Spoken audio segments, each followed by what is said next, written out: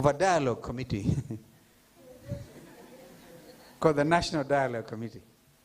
I co-chaired with a member for Kikuyu, not very far from here, who finds it extremely difficult to go home.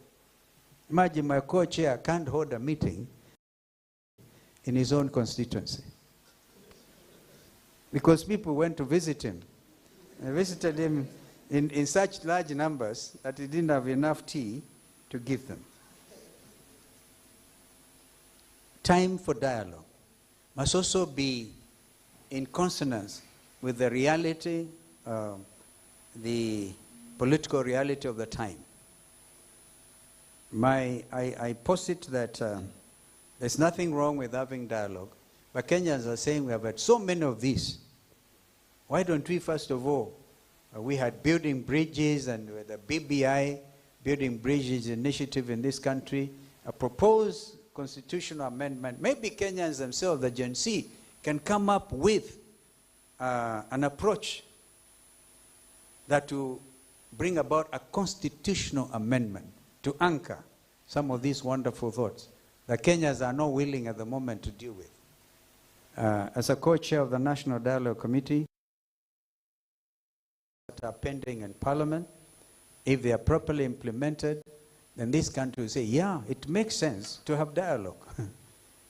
But what is the point of having dialogue upon dialogue upon dialogue and nothing comes out of it?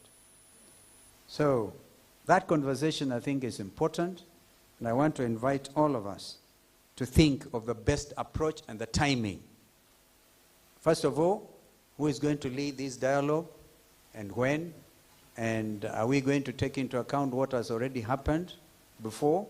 Because, again, you cannot, as citizens, even as families, a family that sits together and negotiates and agrees on a formula to proceed even as a family makes headway.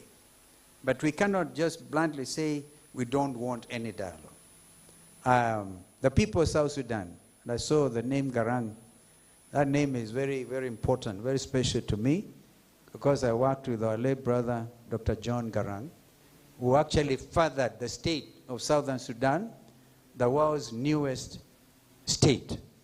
I can see that by consensus, through some process of dialogue, they have even agreed to extend the interim period for another 1 year. And then they can have an election. And that was, I'm told, an agreement across the political parties and leaders. And I saw President Salva Kiir saying, at his age, he doesn't want to continue leading that country forever. Now that is show of statesmanship.